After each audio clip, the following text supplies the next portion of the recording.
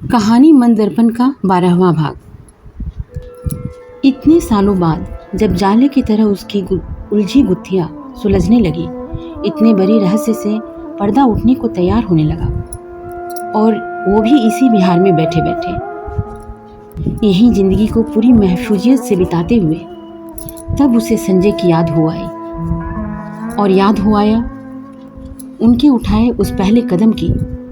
आज के बिहार के मुख्यमंत्री जी श्री नीतीश कुमार जी, जो उस वक्त विपक्ष के मुखिया हुआ करते थे, उनसे मार्गदर्शित और प्रोत्साहित होने के हर कदम उनका साथ और संरक्षण लेने का अटल निश्चय करके अपना कोई भी कदम बढ़ाने और उसे अंजाम तक पहुंचाने की हर कदम उनके आशीर्वाद और समर्थन के साथ उन नीतीश कुमार जी के व्यक्तित्व से वो अद्भुत ढंग से पहले से ही प्रभावित थी और प्रेरित थी। आज जब उनका वो पहला कदम सही, उचित, सत्य और मंजिल ढूंढ ही लेने वाली साबित हो रही है, तब उसे अपने पिता के वो कटाक्ष भरे शब्द और अपने प्रेरित मन के सम्मिलित आह्वान से उसके मन से एक ही पुकार बार बार निकल रही है।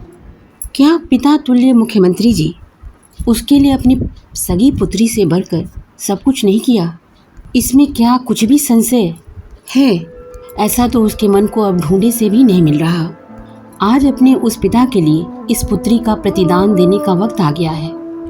मन भावना को शब्दों का रूप देगी वो, मन की श्रद्धा को पिताजी संबोधन से उनके चरणों में पुत्री की श्रद्धा पुष्प के रूप में रखेगी। आज वो संजय को ढूंढने के लिए या उसकी शुरुआत करने के लिए उसने कोई रास्ता, कोई तरकीब ढूंढ कर निकाला, तो वो अपनी लेखों कहानियों से अपनी बात, अपने हालात उन तक पहुंचाने की, ताकि वो तब से लेकर अब तक की, आज तक की सारी परिस्थितियों से अवगत हो सके, और जिन कारणों से वो आसपास होते हुए भी उसके समक्ष प्रकट नहीं हो रहे हैं, उन कारणों से उसका कोई सरोकार नहीं है, वो उनसे कुछ भी इत्तेफाक नहीं रखती।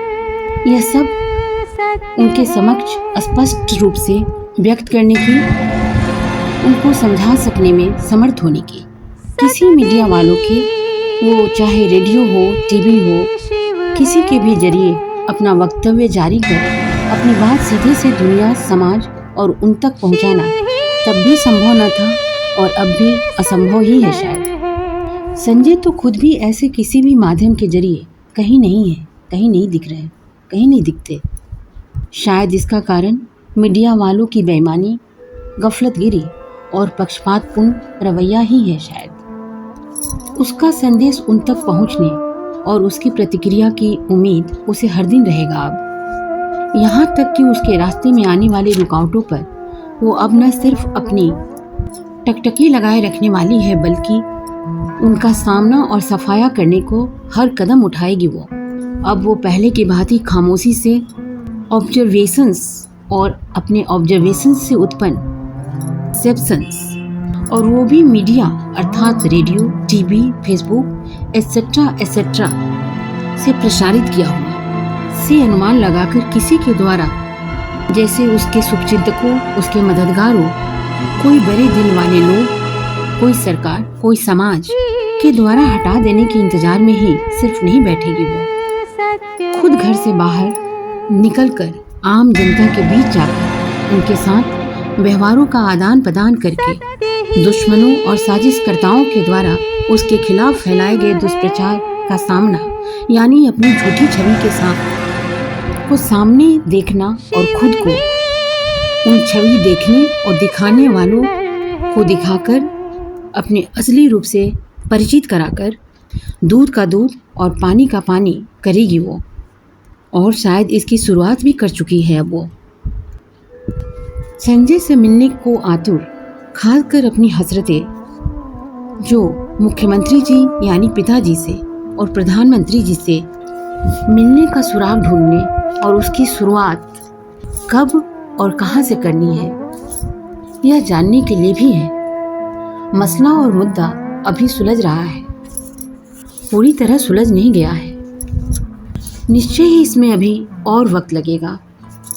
उसे न्याय चाहिए जिसकी वो अधिकारिणी है, और वो अब इसके लिए अपना पूरा सहयोग, अपनी पूरी योग्यता और समर्थता के अनुसार संजय को देना चाहती है और उनसे मिलकर यह सब करके रहेगी। अपने लिए न्याय वो लेकर और छीन कर रहेगी। कोई कितना भी शक्तिशाली क्यों ना हो, उनके हर वार का काट होगा ही उसके पास। अब अपने इस प्रतिवार को वो यूं ही जाया नहीं करेगी। उसकी सशक्त होती हुई हिम्मत